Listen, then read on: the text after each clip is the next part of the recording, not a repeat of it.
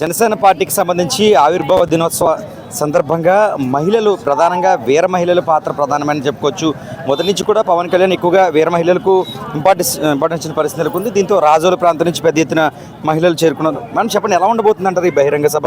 రాజోలకు మొట్టమొదటిసారిగా గత ఎన్నికల్లో కూడా మీ ప్రాంతం నుంచి ఆయనకి ఎమ్మెల్యేని కూడా పార్టీకి అందజేశారు. ఎలా చూడాలి ఇప్పుడు సభ? ఎలా ఉండబోతుంది అంటారు? ఈసారి అయితే సభ చాలా అద్భుతంగా ఉంటుందండి.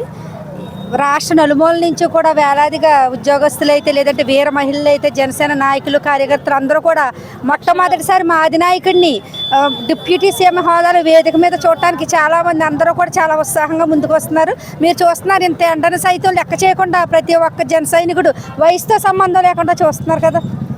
అంటే ఊహించిన విధంగా ఒక 10 లక్షలు అంచనా వేశారు. అంతకుమించి జనసందోహం కూడా ఇక్కడ కనిపిస్తుంది. ఎలా చూడాలంటారు? ఖచ్చితంగా 20 లక్షలు దాటుతుంది. చూడండి మీరు. పవన్ కళ్యాణ్ గారి ప్రసంగం కూడా ఒక చర్చగా ఉంటుందని ఒక అభిమానులు ఎదురు చూస్తూ ఉన్నారు. ఏ విధంగా పవన్ కళ్యాణ్ మాట్లాడతారని. ఏమంటే 30 సంవత్సరాల అధికారం మాదే అని చెప్పి విర్రవీగిన వాళ్ళని ప్రతిపక్ష హోదా అడుక్కునే స్థాయికి తీసుకొచ్చిన మా జనసేనని మాతో జరుపుకునే మొట్టమొదటి పండగగా మేమైతే వర్ణిస్తున్నాం. మేడం, ఎలా చూడాలి ఈ కార్యక్రమం? ఇక్కడికి మంచి ఎండలో వచ్చారు.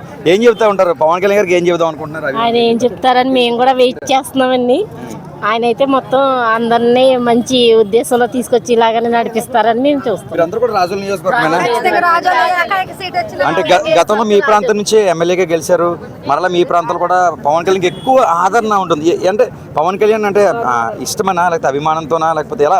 ఇంత ఎండలో వచ్చారు? చాలా ఇష్టం అండి. రాజులు చాలా ఎక్కువ ప్రేమిస్తూ ఉంటారంట పవన్ కళ్యాణ్. ఇంకా మహిళలు కూడా చాలా ఇష్టం. అవునండి, బాగానండి, చాలా బాగా ఇష్టం అండి ఆయన అంటే. మాకు ఆయన మీద అభిమానంతో మేము ఇంత దూరం నుంచి ఇలా పిల్లల్ని కూడా వదిలేసి వచ్చామండి. అదండి. ఏంటి వీర మహిళలు రాజోలు స్టార్ట్ అయింది? రాజోల నుంచే ఎక్కువ వీర మహిళలు ఎక్కువ స్టార్ట్ అయ్యారు. మేము ఫస్ట్ గెలిపించుకున్నది కూడా రాజోల నుంచే గెలిపించుకున్నాం. కళ్యాణ్ గారు ఓడిపోయినా కూడా రాజోల్లో వచ్చిన ఏకైక సీటు మాదే. కాకపోతే ఆ ఎమ్మెల్యే వెళ్ళిపోయినా కూడా కనీసం ఇన్ఛార్జి లేని రాజోల్లో ఈ రోజు 40,000 మెజార్టీతో మళ్ళీ జనసేన జెండా ఎగరేశారంటే ఖచ్చితంగా జన సైనికులు వీర మహిళలు అక్కడ ఉన్న ముఖ్య నాయకులు అని మేము ఖచ్చితంగా చెప్తాం. ఏం చెప్తారు? ప్రస్తుతం కూటమి ప్రభుత్వం వచ్చిన తర్వాత అభివృద్ధి ఎలా ఉంది? మీరు రాజోల్లో ఏదైనా ప్రధాన సమస్య ఏమైనా ఉందా? మీరు మా ముఖంగా పవన్ కళ్యాణ్ చెబుదాం అనుకుంటున్నారా రాజోల ప్రాంతం? ఏం లేదంటే ఖచ్చితంగా అయితే మా దేవవర ప్రసాద్ కలెక్టర్ గా చేసి వచ్చిన ఆయన మేము కళ్యాణ్ గారికి చెప్పేలా అయితే ఏమీ లేదు. ఇప్పుడు వరకు అయితే దేవవర ప్రసాద్ గారు చాలా సమస్యల మీద పోరాటం చేసి రాజోల్లో అభివృద్ధి చూపిస్తున్నారు. రైట్. ఇది మొత్తానికి గత జరిగిన ఎన్నికల్లో ఈ రాజోలు ప్రాంతం నుంచే ఎమ్మెల్యేగా మాత్రం ఒక్క ఎమ్మెల్యే సీటు గెలిచారు జనసేన నుంచి. ఆ ఎమ్మెల్యే సంబంధించిన నియోజకవర్గంలో పెద్ద ఎత్తున వీర మహిళలంతా కూడా ఇక్కడికి చేరుకుంటున్నారు.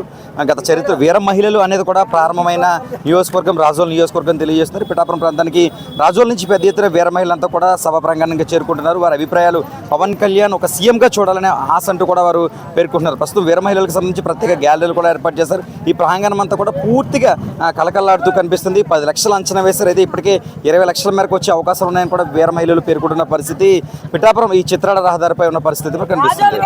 న్యూస్ 18 సూర్యప్రకాశ్, తూర్పుగోదావరి జిల్లా ప్రతినిధి.